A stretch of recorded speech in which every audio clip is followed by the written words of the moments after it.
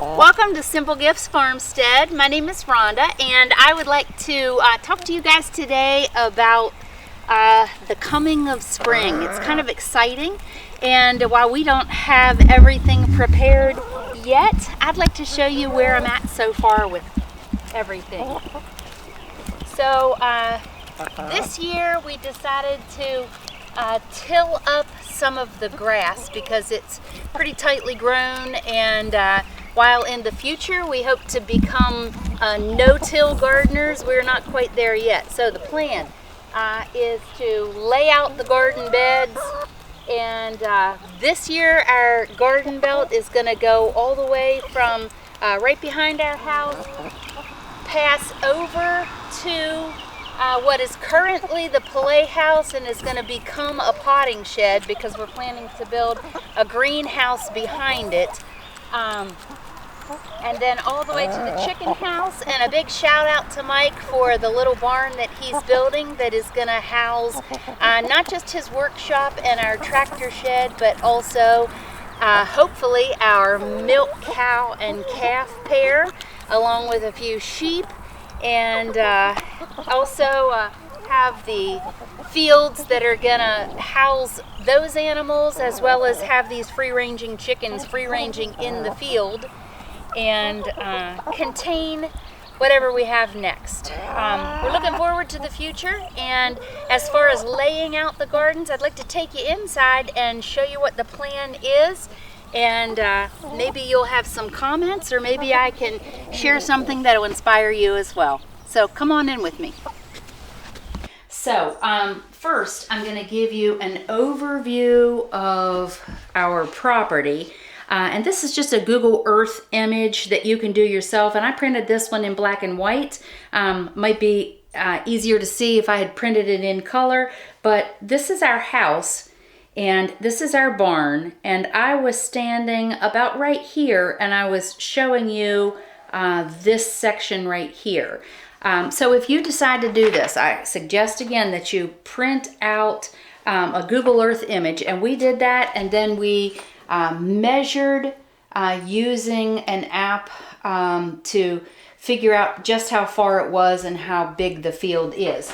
So, and then I have this vellum paper that is gridded that I can lay directly over top, and I can see what's underneath, and I can add or erase whatever I'd like to.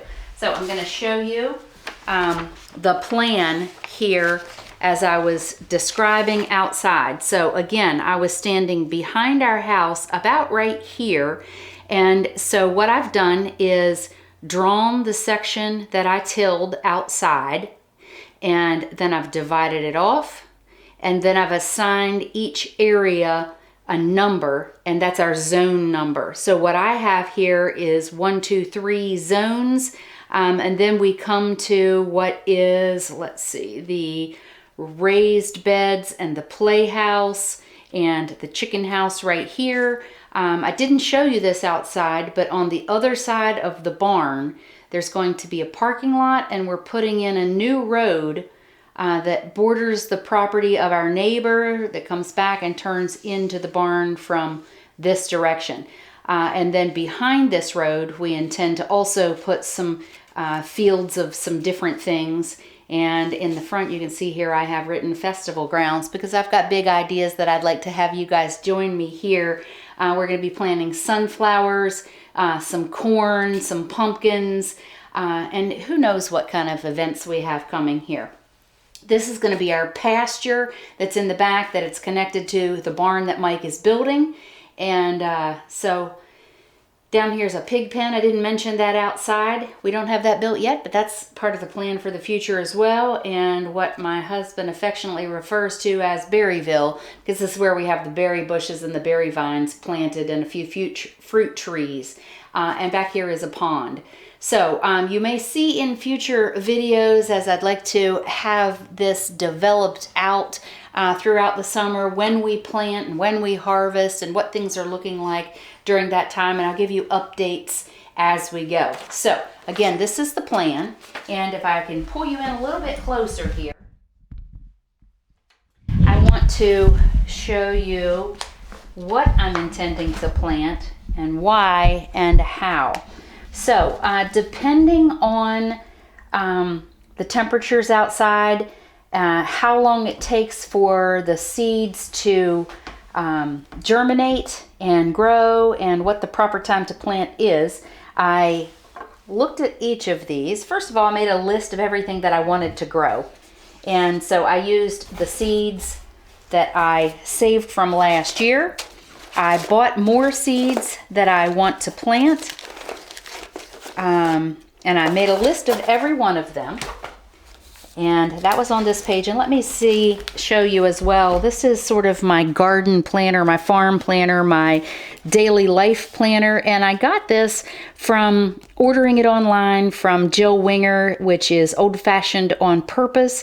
And she was completely out of the already printed version of it. So I had to download it and print it myself, which is just fine, because that allows me to customize it. But it gives a number of different tips and that sort of thing.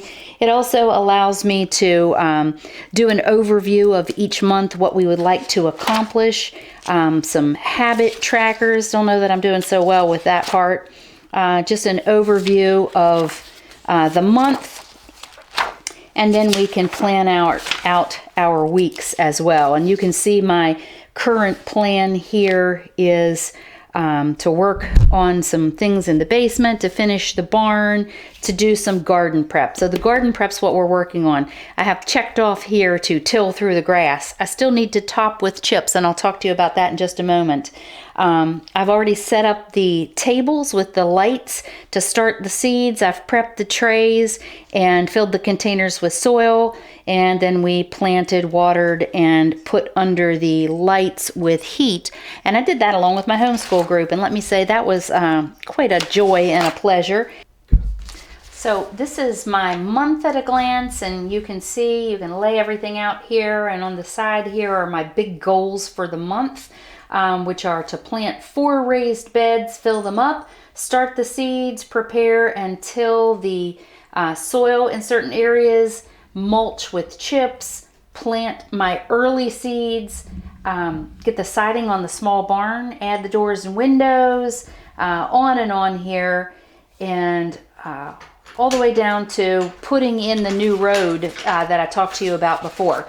So the week at a glance, which there's a whole lot more here than I am taking advantage of. You can use each week for breakfast, lunch, and dinner menu planning, as well as just lists, shopping lists, and food prep, things like that. So I'm going to take you back here to the garden area of the notebook again. And this area, my seed stash. Again, I made a list of everything that I have, and then also everything that I still need and want. So it's quite a handy piece here. And then in addition to this seed stash list that I've been using, there is another page here for companion planting and crop rotation. And so that it gives good suggestions for good companions next to what you're growing and poor companions to what you're growing. And I'll tell you, that reminds me of a verse in 1 Corinthians. It's chapter 15, verse 33, and it says, "Bad company corrupts good character." And that's kind of the case here. If you are planting tomatoes, a good companion for tomatoes is basil or marigolds or asparagus, carrots, celery, onions, lettuce, chives, cucumber, garlic, onion, and squash. And a poor companion is cabbage, beets, peas, dill, rosemary, and potatoes. So we don't want to plant the potatoes next to the tomatoes. And so as I've read through each of these, I've made a plan for where I intend to plant each of the seeds and in which zone. So my list here, I have peppers, and peppers is one of the seed that I have already put the seeds in for germination into the seed pots, and I have a number of different varieties of peppers, and I've gotten them from a number of different sources. Some of them are even regrown from vegetables that I purchased at the grocery store. This is red bell pepper seeds, and I had red, orange, and yellow bell peppers that I bought from Aldi, and I saved the seeds. I planted them a couple of years ago, and they actually grew, and they actually produced peppers, which was wonderful. So I keep notes of any special thing that I need to know here. The ahi chinchi peppers that I planted last year were prolific. There were more of them than I could ever possibly use. They're super hot peppers. So I dehydrated so many, I don't know that I'm going to plant those at all this year. I have green bell peppers, habanero, jalapeno, red bell, some sweet long peppers that I didn't remember the name of, some red picnic peppers that my friend Janelle Troyer gave me, along with poblano, madonna, and shishito.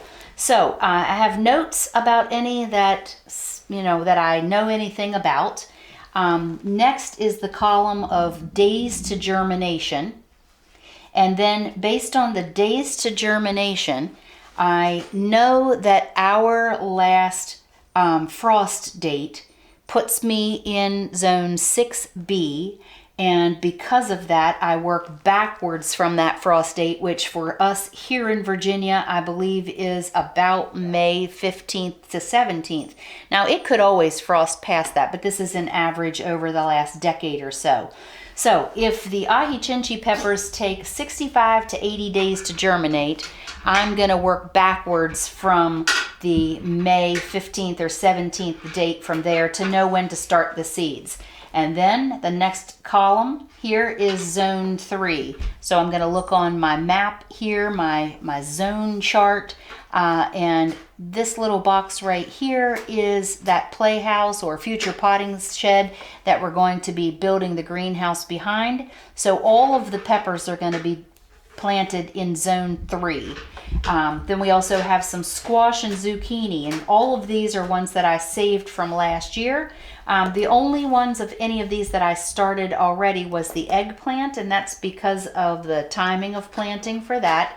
And so I started the seeds already, and they can go out into the ground again May 15th, but because of the number of days to plant, we've already started those, but not the others because they need to be planted a bit later.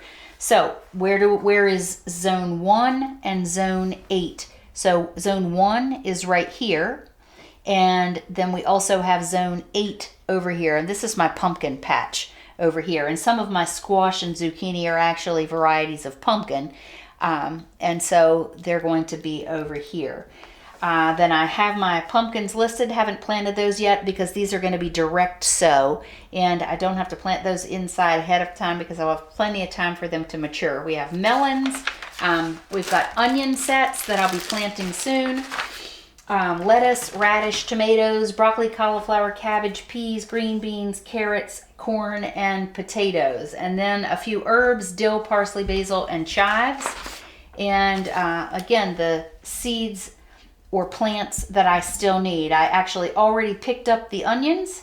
I've already picked up the garlic. I've already picked up the radish seeds. I picked up the broccoli, the cabbage, the potatoes, and then also the cherry tomatoes. So I still have a few that I need to get. I look forward to doing that. So where do I get my seeds? This is another thing too. Sometimes I order them from the catalogs that come in the mail.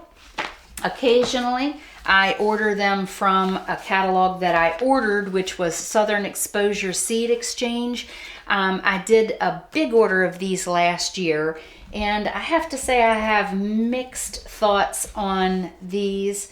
They are listed as whether they are heirloom or organic, and of those that did do well, I've marked that in the comments, and I saved the seeds from them. So while I feel like these might have been a bit expensive, perhaps I can just sort of cut that cost in half in knowing that I only had to buy them one time. So these jalapenos are from Southern Exposure. The green bell peppers are Southern Exposure. The hybrid Early Girl are from Southern Exposure. And then sometimes I just simply buy seeds from like Rural King.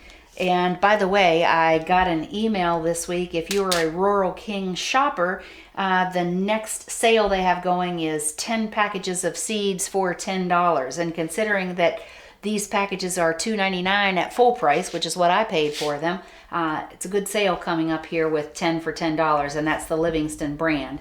And they are non-GMO and also organic. So I look forward to planting those. Big section of corn that are going to be down next to the sunflower patch, and just a number of other things here. So I hope that you guys would like to come along with me on this little adventure of growing. And I don't know whether there's ever been a better time to start a garden if you haven't done it before, or to maybe beef up your garden if you've done small gardens in the past. It seems like the world is in such turmoil, and what a wonderful thing it would be for us to be able to feed ourselves and not be dependent upon grocery stores that might have empty shelves, or at least very sparse shelves, and certainly are going to be more expensive here in the coming months. So I hope I've given you a little inspiration to make some plans for yourself, to think about what should be planted where, and then to just plant, to grow something beautiful, to quote some of my favorite YouTubers. And if you have any questions, feel free to put them down in the comments section, and I'd be happy to answer as well as I can, or point you in a direction for someone else to answer those questions. If you have thoughts, if you're planting your own garden, please let me know that as well. Please like this video and share it if you think there'd be anybody else who would benefit from it. And I just thank you for visiting Simple Gifts Farmstead, and I hope that you can join me again in the future sometime. Till next time, see you later.